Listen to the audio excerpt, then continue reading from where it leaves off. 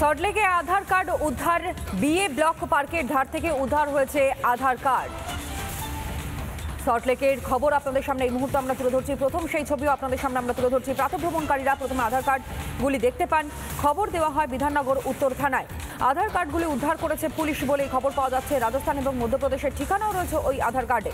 কিভাবে সল্টলেকে ভিন রাজ্যের আধার কার্ড এসে পৌঁছল তদন্তে বিধাননগর উত্তর থানার পুলিশ। প্রথমে প্রত্যক্ষদর্শীরা যারা প্রাতঃভ্রমণে বেরিয়েছিলেন, মর্নিং ওয়াকে বেরিয়েছিলেন, তারা দেখেন এবং পরবর্তী সময় তারা খবর দেন বিধাননগর উত্তর থানায়।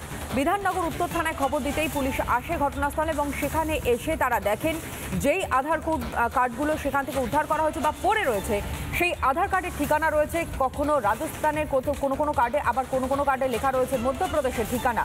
সল্টলেকের আধার কার্ড উদ্ধারকে কেন্দ্র করে রীতিমতন চাঞ্চল্য ছড়িয়েছে। বিএ ব্লক পার্কের ধার থেকে উদ্ধার হয় আধার কার্ডগুলি।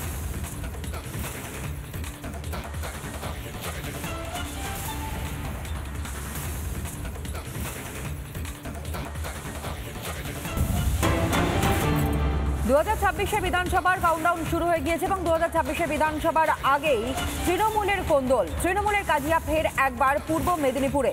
তৃণমূল বনাম তৃণমূল, অখিলগিরি বনাম উত্তম বারিকের দ্বন্দ্ব। রামনগরে তৃণমূলের রাজ্য সভাপতি সুব্রত বক্সির বৈঠক। তৃণমূলের রাজ্য সভাপতি বৈঠকও মিলল না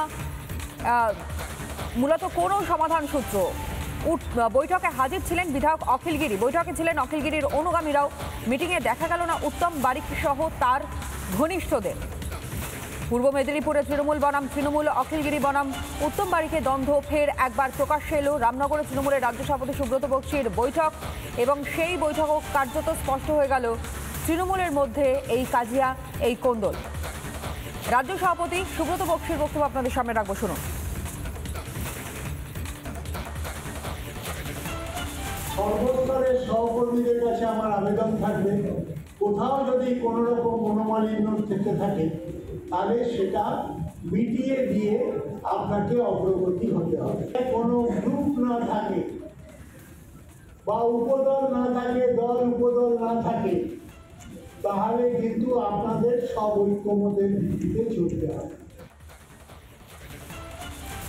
অখিলগিরি এবং উত্তম বারিকের ঘনিষ্ঠদের মধ্যে যে সুসম্পর্ক নেই, তৃণমূলের মধ্যে যে কোন্দল রয়েছে তা তো স্পষ্ট হলো, কিন্তু এই অখিলগিরি তিনি কি বলছেন শুনুন।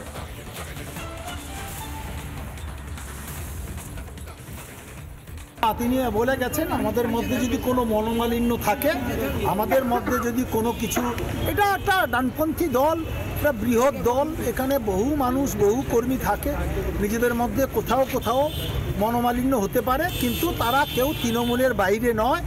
আমরা চেষ্টা করছি যারা কিছু ক্ষোভে দুঃখে বসে আছে তাদেরকে আমরা সঙ্গে নিয়ে কাজকর্ম করার চেষ্টা করছি এবং রাজ্য নেতৃত্বকে বলেছি আপনারাও হস্তক্ষেপ করুন, কোনো অসুবিধা নেই, আমরা সবসময় প্রস্তুত।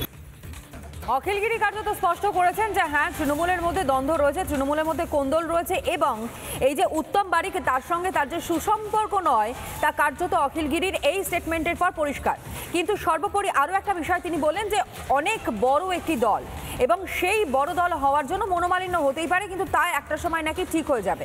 যদি সেটাই হয়ে থাকে তাহলে তৃণমূল কংগ্রেসের রাজ্য সভাপতি সুব্রত বক্সিকে কেন সেখানে পৌঁছতে হলো এবং বৈঠক কেন করতে হলো, উত্তম বারিকের সঙ্গে অখিলগিরির এই যে সুসম্পর্ক নেই সেই বিষয়টাকে কেন উত্থাপন করতে হলো, সেটা কি স্পষ্ট করলেন অখিলগিরি। যদিও স্থানীয় তৃণমূল কংগ্রেসের নেতার বক্তব্য আপনাদের সামনে তুলে ধরবো যে তৃণমূলের মধ্যে এই যে কাজিয়া, এই যে দ্বন্দ্ব, তৃণমূলের মধ্যে মারপিট খাওয়াখাই যে লেগেই রয়েছে সেই প্রসঙ্গ এবং তার ডিফেন্ড করবার জন্য তৃণমূল কংগ্রেস কি বলছে শুনুন।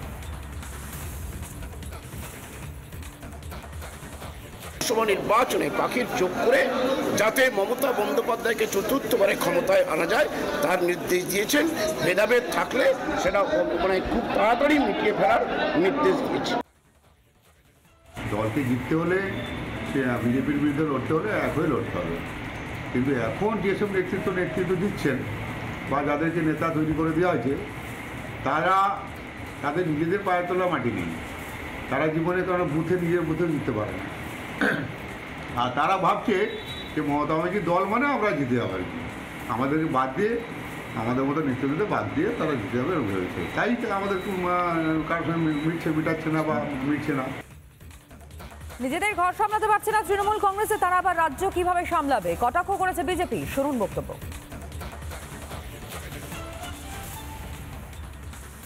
এর আলোর মতো পরিষ্কার, এই চোরেদের মধ্যে কেউ কেউ এখন নিজেদের পিঠ বাঁচানোর জন্য প্রাচীরের উপর উঠে বসে আছে। কে কে বসে আছেন সেটাও জানি, এবং সেটা এটা গুরুত্বপূর্ণ নয়।